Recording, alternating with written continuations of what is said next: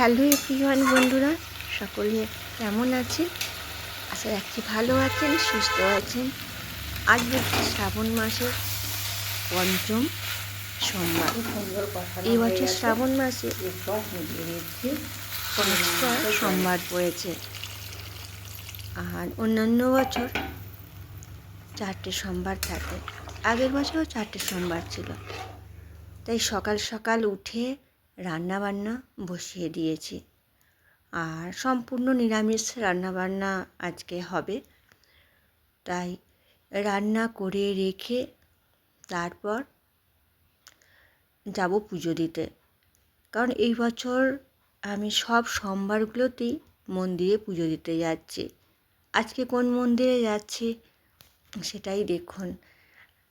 ওদিকে হচ্ছে আলু পটলের সয়াবিন দিয়ে একটা রেসিপি, মানে তরকারি, আর এদিকে মুগের ডাল খুবই তাড়াতাড়ি করছি যাতে রান্নাটা তাড়াতাড়ি কমপ্লিট করতে পারি।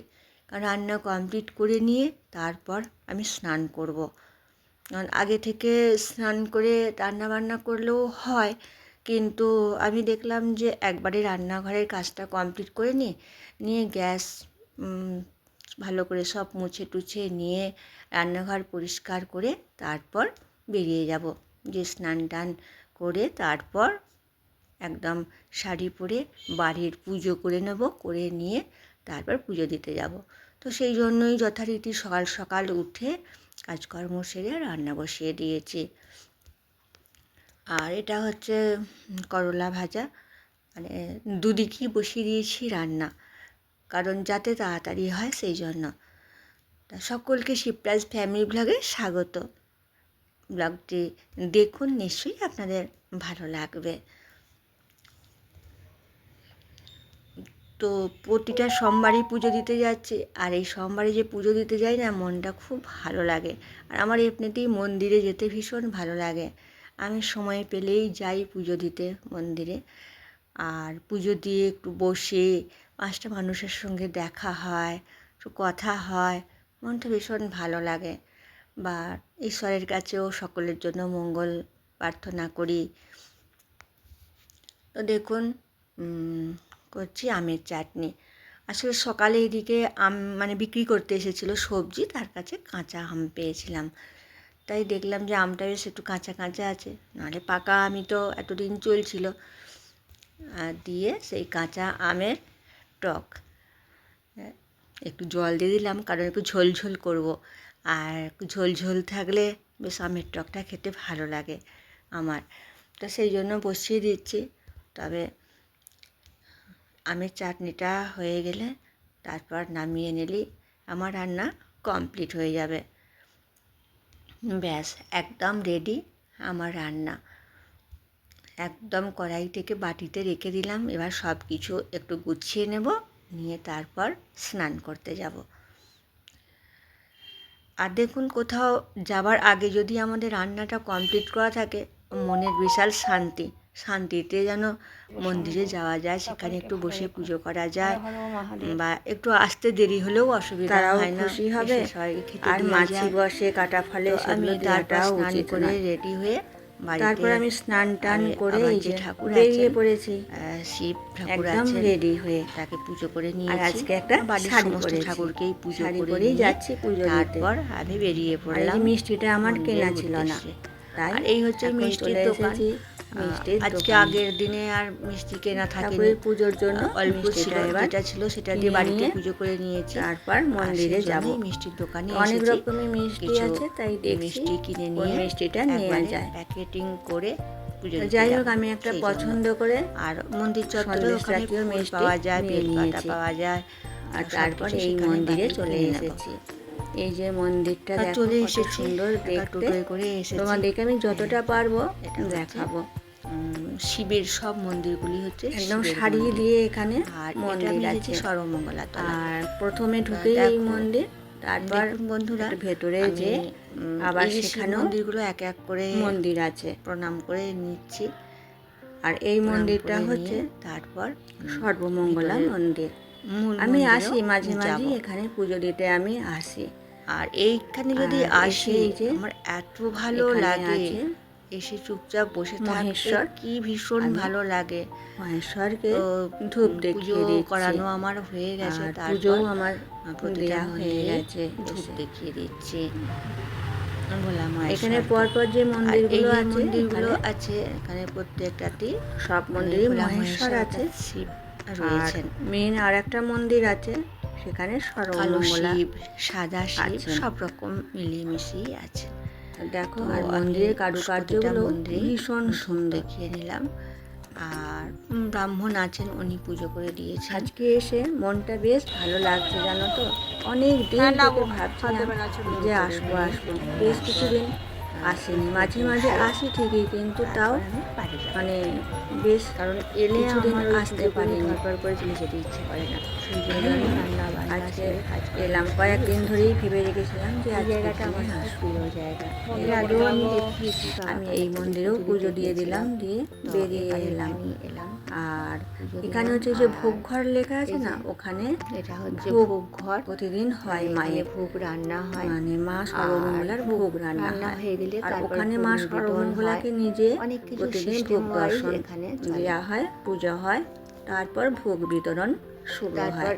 অনেক মানুষই আছে। দেখো, এই যে বড় বাবা মহেশ্বর, এই যে হল ঘর, এখানে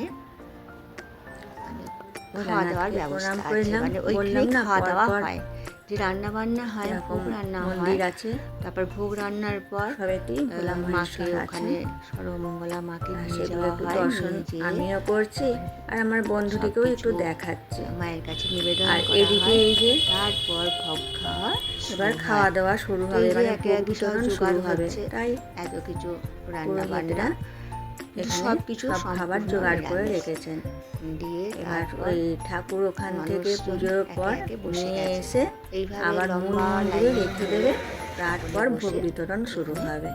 আর সেই ফাঁকে আমি একটু মন্দিরটা ঘুরে দেখে অনেকবার খেয়েছি। এই সত্যি দেখো ভারী ভালো লাগে, কত সুন্দর চূড়া, মানে খেলে যেন কি প্রাণ জুড়িয়ে যাবে। অনেক রকমই তো আইটেম অপূর্ব লাগে। আমি যখনই আসি খাওয়া দাওয়া এগুলো একটু ভালো করে ভীষণই ভালো। তবে আজকে যতটা পারছি তোমাদেরকে দেখাচ্ছি। আসেন ভোগ খান, এবং অনেকে বাইরে থেকেও যারা আর একদিন এসে খুব ভালো করে ঘুরে এখানে ভিডিও করবো যান গোটা মন্দিরটা, সেদিন তোমাদেরকে আরো সুন্দর করে দেখাতে পারবো। মন্দিরটায় প্রদক্ষিণ করলাম। আমি তো মানে একা এসেছি, এখন বেলা হয়ে গেছে, একাই মন্দিরের এই যে কোনো রকমে মানে দু হাতি জোড়া, এক হাতে কোনো রকম করে একটু ভিডিও করেছি, পুজো হয়ে যে আমার বন্ধুদেরকেও একটু দেখাবো বলে। যার জন্য দেখো মন্দিরের এরপর আমি দিক থেকেও বেশ সুন্দর লাগছে, বেরিয়ে যাব। বিভিন্ন অ্যাঙ্গেল থেকে একটু আমি দেখাবার চেষ্টা করছি। আর মায়ের কাছে পুজো দিলে মনটা এত শান্তি লাগে, এসে এখানে বসে থাকলে তো মানে প্রাণটা আমার জড়িয়ে যায়। যখনই পুজো দিতে আসি, এসে আমি এখানে যে বসার জায়গা আছে, তারপর এখানে আমি অনেক তো নানা বসে থাকি, মানে পুজো দিই, বসি, বিবাহ প্রণাম করি, তারপর যাই। অনেকেই এদিকে এবার খাওয়া দাওয়া শুরু হওয়ার জন্য একদম রেডি, উপনয়ন সবাই বসে পড়েছে। ওই একদিনেই হয়ে যায়, বাড়িতে আর কোনো ঝুট ঝামেলা থাকে না। শুরু হয়ে গেছে, এখানে ব্রাহ্মণ আছেন, অনেক মানুষ একসাথে বসে, আর আমিও এখানে ভোগ খাই, সম্পন্ন করে নিয়ে যাই। ভীষণই ভালো লাগে। আর এখানে নিরামিষ ভোগ, ঠাকুরের সব কিছু একদম নিরামিষ, আর এইভাবে ডাল থাকে, সমস্ত তো খাবার দাবার সামনে এনে রাখা হয়েছে, পায়েস, এক এক করে একদম অনেকগুলো মানুষ মিলে এগুলো থাকে প্রতিদিনের পরিবেশন করে। তা দেখ একদম পুরো বিভিন্ন দিকটাই চারটে লাইন পরপর চেষ্টা করছি, মানে সামনে পিছনে করে। আর এই যে চারটে লাইন হয়, এই দিকে আছে একটা প্রচুর মানুষ, প্রচুর ভিড়, অনেকটাই পুরনো হয়ে গেছে। যখন এটুকুও নিয়ে নিলাম, সেটাও একটু ক্যামেরা তুলে নিয়েছি। আগেকার ডিজাইন, এদিকটা এখনকার দিন আর এইরকম ডিজাইন দেখতেই পাওয়া যায় না। বাড়ি এগুলো অনেক আগে আমলে হয়েছে, সেটা ডিজাইন দেখি বেশ ভালোই লাগে।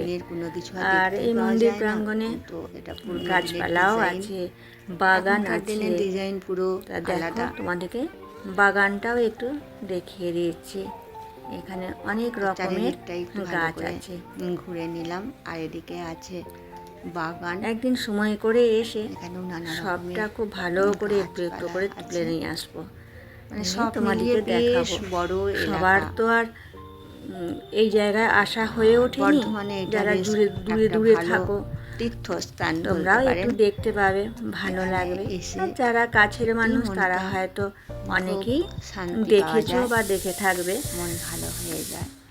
তাদের কাছে হয়তো নতুনত্ব লাগবে না, তো কিন্তু সবটাই যারা একটু ঘুরে কোনোদিন নিলাম। দেখেনি তাদের কাছে এটা ভালোই লাগবে, আর খুব এটাই ভালো আমার লাগছে, আশা। 5টা আর সোমবারই সেই আমি ভেবেই করতে আমি পেরেছি দেখাচ্ছি। আমার বাবা তা বন্ধুরা, আমি ভোলানাথ যতটা ঈশ্বরের পারলাম দয়ায়। কারণ তোমাদেরকে ওনার ইচ্ছা ছাড়া দেখালাম। কোনো কিছুই আর হয় এই না। যে আমি তোমাদেরকে আর একবার সবই দেখিয়ে ওনার দিচ্ছি, আমি ইচ্ছাতেই দেখা করে নিলাম। আমি আর 5টা কেমন লাগলো ব্লগটা সোমবার আমাকে অবশ্যই জানিও। সম্পন্ন আর করলাম। ভালো লাগলে বন্ধুরা আমার চ্যানেলটি সাবস্ক্রাইব করে লাইক এরপর কমেন্ট শেয়ার করে পাশে মন্দির থেকো। থেকে বেরিয়ে আজকে যাব। আসছি বন্ধুরা। আর দেখুন, তার মধ্যে নিজেকেও একটু নিয়ে নিলাম, স্মৃতি হিসেবে থেকে গেল, আমিও থাকলাম।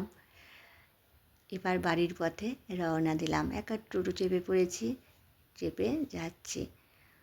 তো বন্ধুরা, এই ভিডিওটা আপনাদের কেমন লাগলো নিশ্চয়ই আমাকে কমেন্ট করে জানাবেন।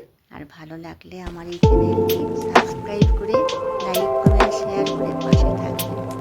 অনেকেই বন্ধু তুলে নিচ্ছেন, কিন্তু এটা